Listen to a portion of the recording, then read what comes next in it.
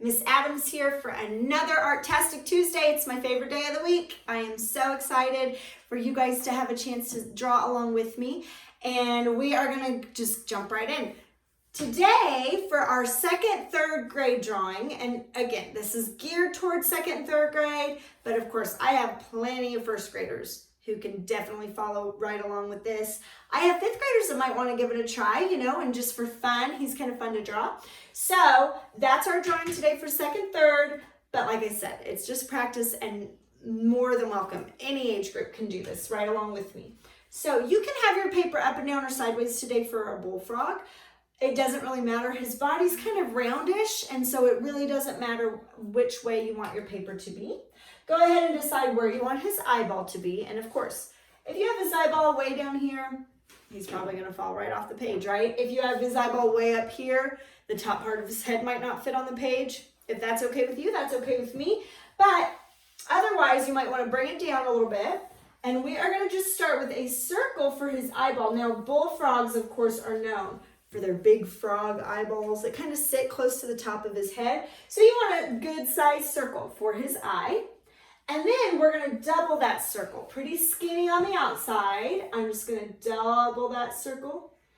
So we have them one right inside the other. For his eyeball, we're going to go ahead and make it almost dark, almost black. We're going to leave that little space of white showing. And his eyeballs are so big, we can really see that reflection off of his eye. So we're going to show that reflection by making this almost filled in solid. Take your time, don't scribble scrabble, but we're going to show that it's almost solid, but I'm going to leave a little space of white for that reflection. So take your time, fill it in, and we've got his eyeball. Now I'm going to show the curve line over his eye for the top part of his head. So pretty close to his eye, I'm just going to make this curve line right over his eye for the top part of his head.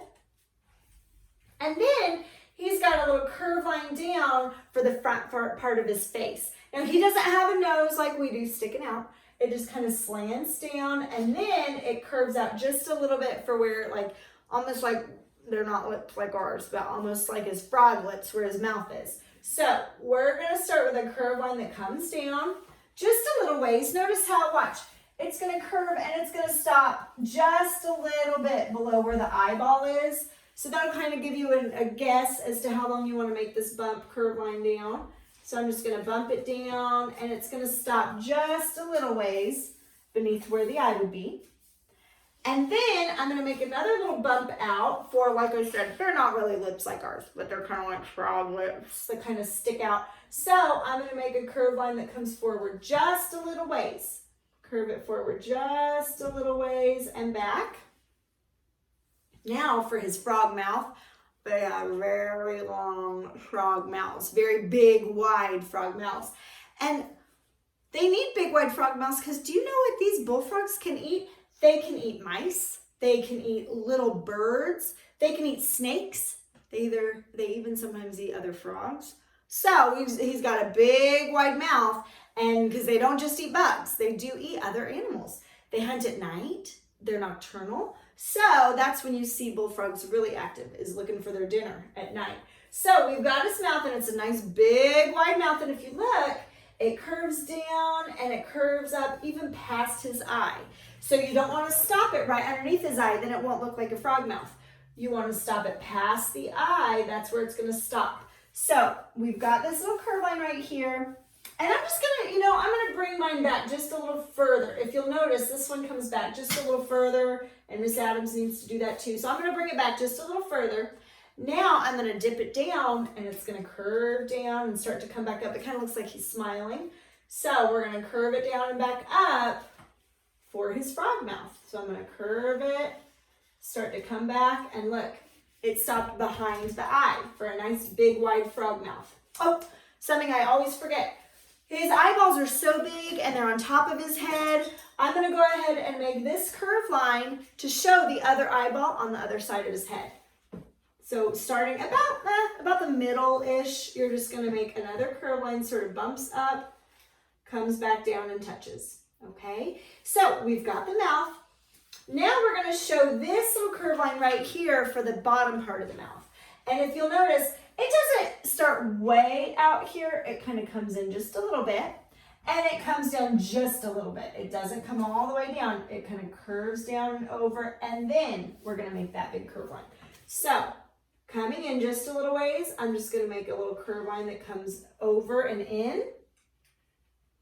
And then we're gonna do the leg, and then we're gonna connect it. So watch. Oh, another thing I always forget. This right here, this kind of funny looking circle, this is actually what he has for an ear. He doesn't have ears like we do. It's like this flat sort of disc, funny disc shaped behind his eye, kind of in between his eye and his mouth. So we're gonna go ahead and make his ear, that funny frog ear. So I'm just gonna make it, it's not going to be perfect. It can be kind of bumpy or wavy.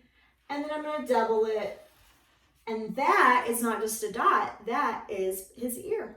So kind of different, right? Now, I'm going to go ahead and make his leg underneath. So if you look, we're going to go ahead and start underneath the ear. And I'm going to make this curve line that comes down and back up for where his leg is bent. Okay, so we're going to look underneath the ear just a little ways, come down a little ways, and I'm going to make a curve line that comes down, just real short, this little short line back or down, and then we're going to make it come back. So watch, it's going to start to curve back up and back. Looks weird right now, I know, but we're going to have it all connect in just a minute. Then I'm going to slant it forward for his leg. So I'm going to bring it forward and stop. Now he's kind of crouching, so his leg is bent, so it's not a super long leg. Remember that, okay? Then we're gonna come forward just a little ways for this curve line right here. So I'm looking at this one that we started with. I'm gonna come over on the side where his face is, not behind it, but over on this side. I'm gonna go ahead and make another curve line that comes back. And then it's gonna follow that slant forward. And then we're gonna make his toes. Now he is a frog. He spends a lot of time in the water, and he's got webbed toes. So we're gonna make sort of, it almost looks like two fingers, and then we're gonna make a curve line in between. So watch.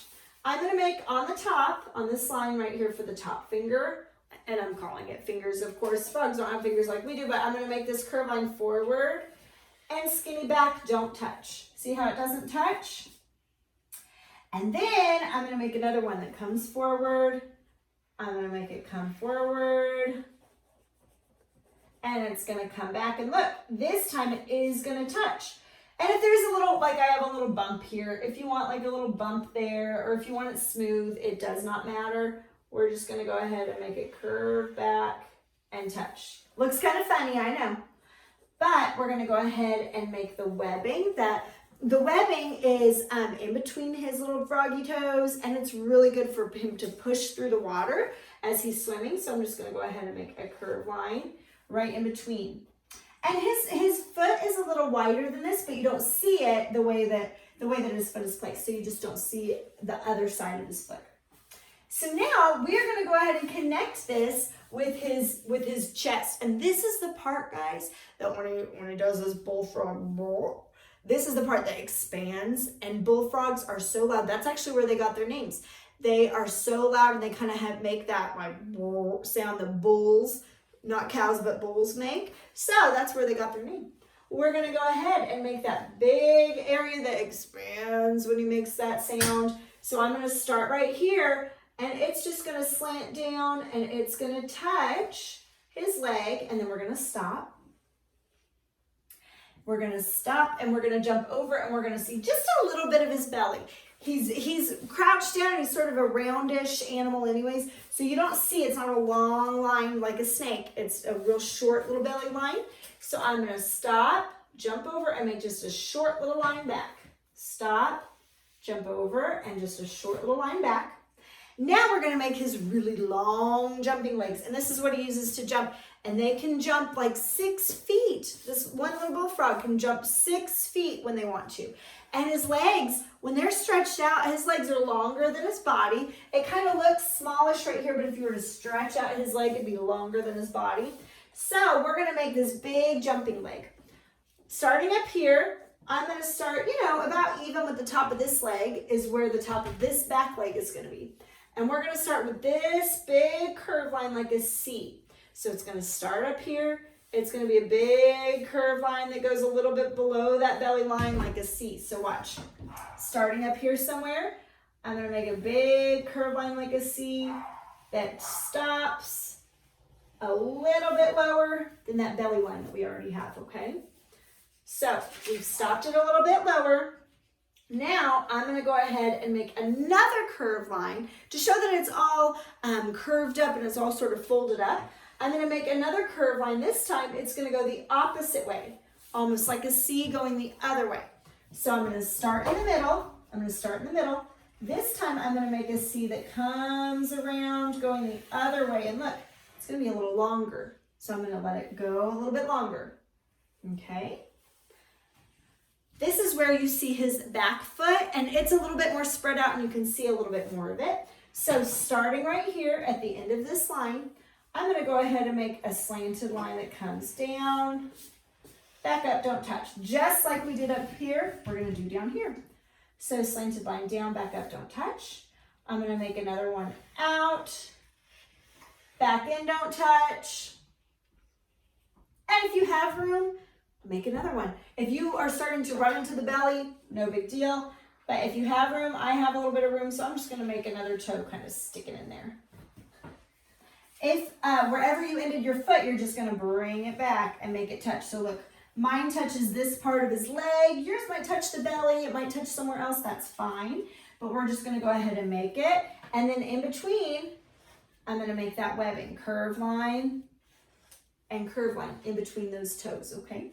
So we've got this big, strong, powerful back leg, but we need to go ahead and finish it out for this part of his body. So look, see where it starts to kind of curve up and in right here? That's about where we're going to show this curve line right here. It barely curves and it kind of gets close to the end of this C, but it doesn't touch it. So look, wherever this curve line is, we're going to barely curve it in and it's going to get close, but it doesn't touch. It doesn't touch. Then we're going to go ahead and connect it with his back. So let's jump back up to his head, jump back up to his eyeball. I'm going to make this curve line that curves down just a little ways. It doesn't have a huge long curve down. It barely curves over his ear.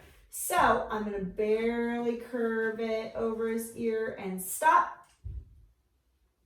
His back has just a little dip down, as you can see. It just barely curves down and then comes back up. So watch, I've stopped it right here.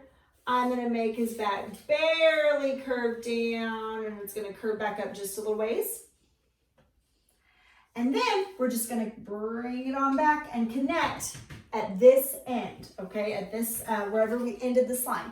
So I'm just going to bring it on down. It's going to slant back down, slant back down, slant back down, and touch. Now, bullfrogs usually have spots on their back, like brownish or grayish spots that are really good for camouflage. Because even though they are hunters and they eat other animals for lunch, bigger animals like to eat them for lunch. So they do need to hide and they do need to have some camouflage. So you can just take your time and add, of course, not perfect polka dots, kind of rough, bumpy circles and curve lines. I can just fill in some bigger, some smaller, all over his back. However many you want. You could do some on his legs. Oh, and before I forget, Miss Adams always forgets details like this. Don't forget this curve line right here for his other leg. His back leg is so big and so muscular. You can see that muscle of his other back leg kind of sticking out. You can just barely see it. So we're going to look, about the middle. Find this backward C that we did, about the middle of there, somewhere around there. We're just going to make another curve line that comes up and it touches, okay? If you have some circles on this leg, you might even want to show a few circles on this leg too. It's up to you. Now for background, guys, you could make him like he's on a lily pad like this, and I'll definitely show you how to do that. You could make him on land close to the water. You could make him on a leaf. You could make him wherever, any background that you'd like to do. If you want a lily pad like this, and I made mine really big, so I don't have too much room, But we're gonna go ahead and come up just a little ways.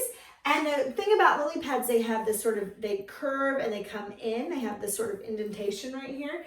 So we're gonna curve it in and then back out. And like I said, I don't have too much room, but you're just gonna kind of make it curve in and then make it curve back out. And our frogs are a nice close-up, so you won't even see the whole lily pad, and that's a-okay. If you wanna just show that the lily pad is so big you don't even see the other side, that's fine. Or if you wanna show, you know, a little curve down, you are gonna look wherever you started the lily pad. I'm gonna stop.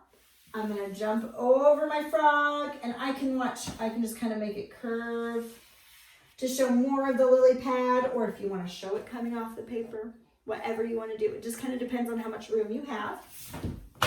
So you could definitely do that. No matter what, we need to add some sort of a horizon line. The lily pad is not the horizon line. Remember guys, the horizon line is where the sky, it looks like the sky and the earth are meeting or touching. So right now he's just sort of got this lily pad floating off into space. So we need to add our horizon line. If he's on a lily pad, he's in the water. Lily pads grow in the water. So I can make my horizon line look sort of wavy and bumpy by stopping, jumping over, make those all the way off. Make that line all the way off. I could definitely come on here and I could add a few wave lines if I wanted to. If you wanted to, even in the distance, you could show the lotus flowers that grow near the lily pads. I could show that. If you wanted to, you can just make a curve line, like almost like a U shape, big wide curve lines, and watch. It curves back into the middle, curves back into the middle and touch. And then you come about the middle, I can make another curve line up, back down to the middle. Right here from the middle, I can make it up, back down to the middle, and make another one in between. So I could do some of these in the water if I wanted to. I don't have too much room, but you could, if you have a smaller frog and you wanted to really fill in your space with these kind of flowers or with more lily pads, you could definitely do that. I could add some nice tall grasses that are growing on the land that are really far in the distance. You guys take your time and fill it in how you want to. And remember, whenever you're done, I would love to see what you have drawn. So if you want your adult to take a picture of your bullfrog and post it on our Facebook page, it is not just me that is just loving your artwork. All the teachers at Western Oaks have been looking at your work and are so impressed with how hard you guys work. So be sure to post it on your Facebook page so I can see it. I'd love to. It'd make my day. So I love you, warriors. I hope you have a great rest of your week, and I will see you next Tuesday for Artastic Tuesday. Love you. Bye.